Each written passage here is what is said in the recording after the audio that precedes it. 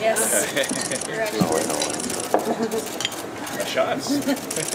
Conservative Party leader Andrew Scheer, as you see there, had a beer with supporters this afternoon. Scheer spent day 3 of the election campaign visiting 3 ridings in the Toronto area. He started the day with an announcement in Mississauga, then headed east to Etobicoke, and then down to Brampton, where Jagmeet Singh was yesterday. Katie Simpson is on the Conservative bus. Katie?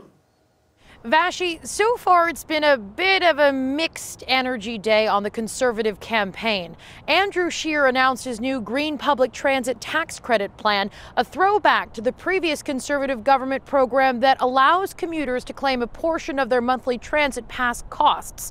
Though past studies of these kinds of programs show they don't do much for the environment or change behaviors, even if they are popular. Scheer seemed excited about his first platform announcement, but was far less enthusiastic when he had to defend 2 Conservative candidates for past comments on social media. And the 2 local candidates that you mentioned here have apologized for their messages, and I accept their apology. I'm glad that they have done that. The Conservative candidate in Mississauga Streetsville shared Islamophobic tweets back in 2013, while a Brampton area candidate, Arpan Khanna, tweeted a homophobic slur in 2010. Scheer is scheduled to campaign tonight with Khanna in Brampton, so that could make for an uncomfortable situation. While Scheer accepted apologies from both Ontario candidates, he fired a 3rd candidate from Winnipeg linked to offensive social media posts yesterday. This is not the conversation Scheer wants to be having at the end of the first half of the week on the campaign trail. He's looking forward to a slower Saturday before heading to the West Coast next week. Vashi. Thanks, Katie. The CBC's Katie Simpson is traveling with the Conservatives this week. NDP Leader Jagmeet Singh, meanwhile, stayed in the Toronto area today, where he made an announcement about cell phone charges. The CBC's Hannah Thibodeau is with the NDP campaign. Hannah? Hey, Vashi. The NDP's Jagmeet Singh is trying to connect with voters using their cell phones. Now, he's promising to put a cap on prices, not only for the phone, but also for internet services. And he says an average family in a year could save about $250 a year. Now, Singh also says companies will have to offer true unlimited plans, so you don't get surprised by those sky-high bills at the end of the month. Now, that was the announcement this morning, talking to consumers, pocketbook issues. Later in the day, he addressed many of the people he's targeting to pay for the programs in his policy platform. So in front of a crowd, and it's a business crowd, at the Canadian Club in downtown Toronto, Singh didn't mince his words. He said with an NDP government, it won't be business as usual in Ottawa. So addressing those people who have to pay more taxes. Those are the wealthy, but also big corporations. And the money would go to pay for things in his plan. Things like expanded Medicare, actually moving interest off student loans, and also for things like housing.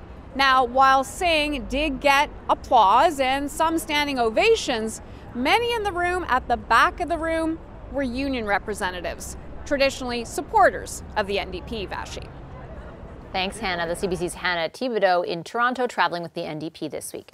People's Party leader Maxime Bernier stayed in his home riding of Beauce today. Mr. Bernier won the riding easily under the Conservative Party banner in 2015, but 2 riding polls suggest he's neck and neck with Richard Lehoux, a local former mayor running for the Tories this time. This morning, after the leaders' debate, Green Party leader Elizabeth May started her day in Toronto, then headed out to BC to the Fraser Valley riding, where her husband, John Kidder, is the candidate. Liberal Leader Justin Trudeau is campaigning in Quebec today. He started the day with a small business announcement in Trois-Rivières, then headed to the South Shore riding of Longueuil-Saint-Hubert, where former NDP MP Pierre Nantel is running for the Green Party this time around. Trudeau is ending the day in a Liberal-held riding on the island of Montreal. The CBC's David Cochran is on the road with the Liberal leader. He joins us now from Montreal. Hi, David. Great to see you. Hey, Vashi. So tell us a bit about the announcement today. Yeah, it was an interesting announcement. It was a small business announcement, and Justin Trudeau, the Liberal leader, used a body shop for electric cars as the backdrop. It's not exclusive to electric cars, but that does hit the Liberal brand pretty well today. It was a series of measures designed to help small businesses, including grants for startups and cuts to fees and administrative costs that small businesses face, including a cut to the transaction fees that banks and credit card companies, what are known as swipe fees, can charge small businesses for credit and debit transactions. So some things there that they think will add up to about $500 million a year in help for the small business community, which is important for them, actually, because of the fuss they've had with them over tax changes in the past. But in a lot of ways, the politics today was not so much about what Justin Trudeau was saying, but where he was saying it.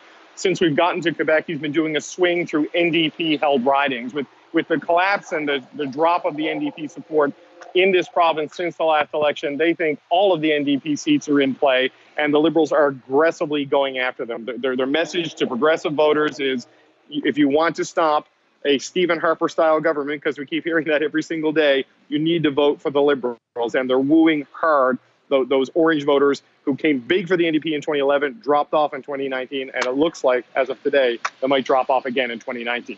Let me ask you, because the campaign is in Quebec, as you mentioned, how did Mr. Trudeau handle questions around the secularism law in that province? Yeah, that's been the big focus in a lot of the questions here, because it's one of the big simmering political issues in this province. Trudeau has condemned Bill 21. He said that he thinks it violates the basic rights of a lot of people, but to this point has said he wouldn't intervene in any of the legal challenges that are going on right now against the legislation, leaving that to Quebecers and Quebec civil society to do. But today he nudged his messaging forward just a little bit by saying that while he's not challenging it now, he wouldn't rule it out in the future. Just take a listen to what he had to say. We've made a determination right now that this is not a stage in which we should intervene. But I will highlight that we're not going to close the door on intervening at a later date, because I think it would be irresponsible for a federal government to close the door to intervention ever on a matter that does touch fundamental freedoms.